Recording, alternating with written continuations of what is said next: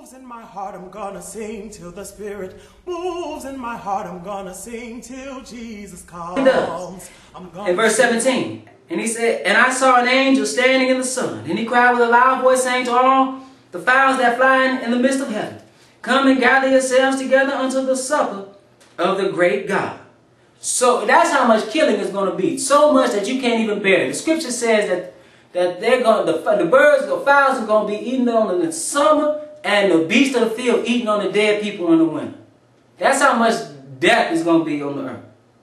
Verse 18, that ye may eat the flesh of kings, and the flesh of captains, and the flesh of mighty men, and the flesh of horses, and them that sit on them, and the flesh of all men, both free and bond, both small and great. And I saw the beasts and the kings of the earth and their armies gathered together to make war against him that sat on a horse and against his army.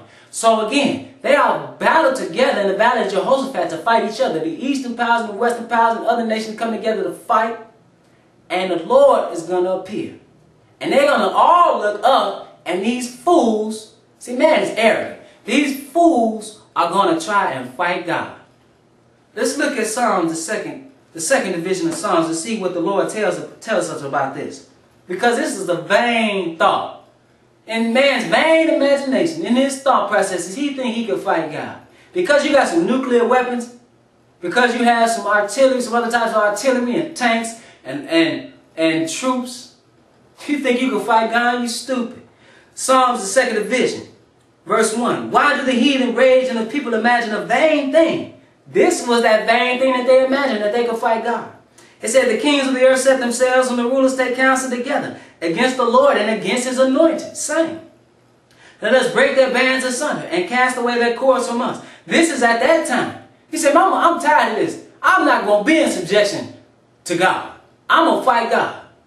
That's foolish. This is what Jesus says. He says, he that sitteth in the heaven, or that Jesus is going to do, rather, he that sitteth in the heaven shall laugh. The Lord shall have them in derision. First of all, he's going to laugh, then he's going to destroy. Like this stupid. That's like an ant talking trash to you. What are you going to do? You're going to look at him and marvel, then you're going to crush him. That's what's going to happen to man.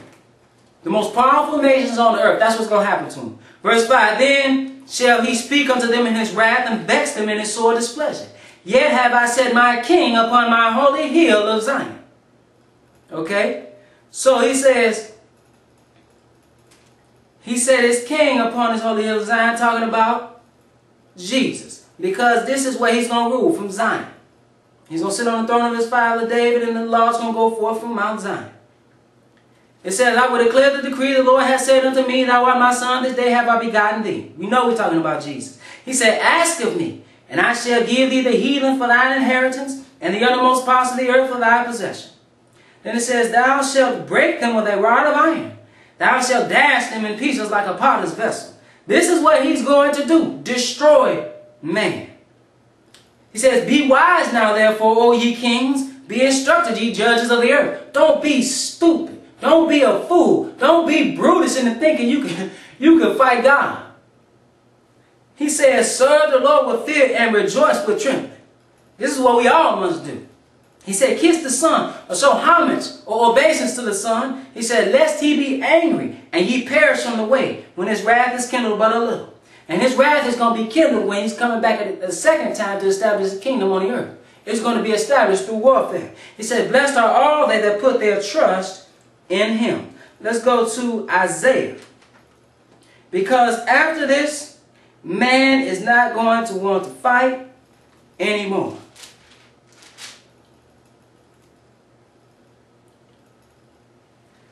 Let's see. This is a vision of the coming kingdom that Isaiah had in chapter 2 and 1. It says, the word that Isaiah, the son of Amoz, saw concerning Judah and Jerusalem. And it shall come to pass in the last days, that the mountain of the Lord's house shall be established in the top of the mountains, and shall be exalted above the hills, and all nations shall flow unto it. See, we saw how the perpetual mountains were moved, and the hills were bowed. Those nations, they out of the way now. Their governments are out of the way now. The Lord is establishing his government. He's going to have the scepter. He's going to have rule. It is his. He is He is the one to whom it belongs. Verse 3, and many people shall go and say, come ye, and let us go up to the mountain of the Lord, to the house of the God of Jacob. That's who's left after this carnage. That's who's left. See, brothers and sisters, you're going to have the Lord come back. He's going to fight those armies. Then he's going to destroy the other people. And whoever's left after that, they're going to be trying to get their house together. But we're going to hold it right here and look back, just show you that real quick. Let's go back to Revelation. Because he's not just dealing with those people and those armies. Okay?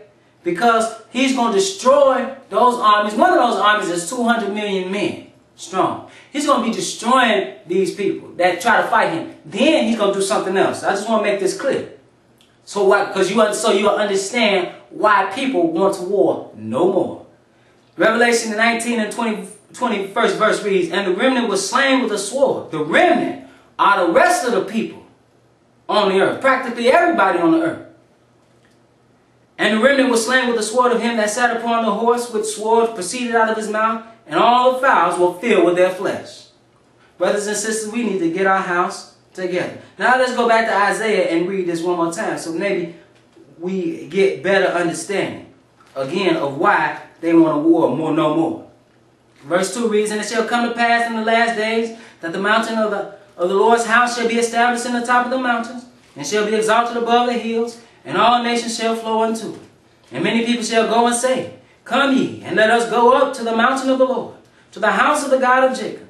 And he will teach us of his ways, and we will walk in his paths. For out of Zion shall go forth the law, and the word of the Lord from Jerusalem. I stated that earlier. Verse 4, and he shall judge among the nations, and shall rebuke many people, and they shall beat their swords into plowshares, and their spears into pruning hooks. Nation shall not lift up sword against nation, neither shall they learn war any more. See, brothers and sisters, at one point he said, let me just read it. I'll just read it instead of just talking. Let's just read it. Let's go to Job. Because this was the mindset prior to the war. Before the war, this is what this foolish man was saying in his mind.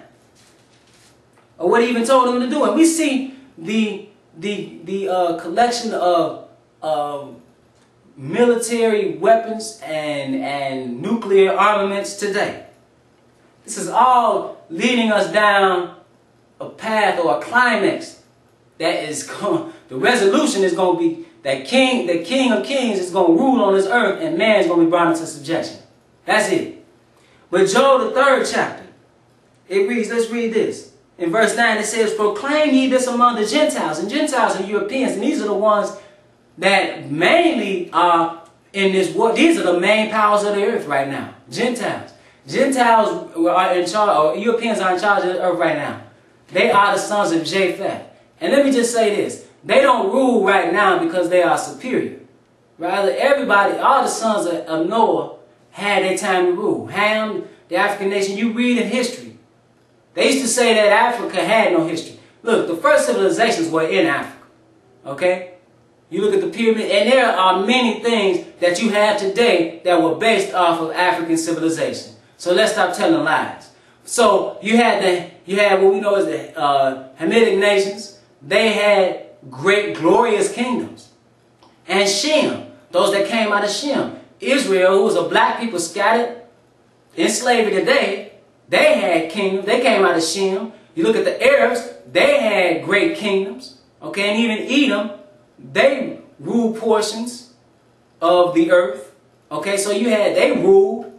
So you had Ham, you had Shem, and now you have Japheth, which are the Europeans. It's not like the Europeans are the only ones that have ruled or the only ones that brought culture and civilization. No, they kind of Johnny come latelys when it comes to all that. That's just the truth of the matter. Now, I'm not saying anybody's inferior or superior. I'm just stating the truth of the matter.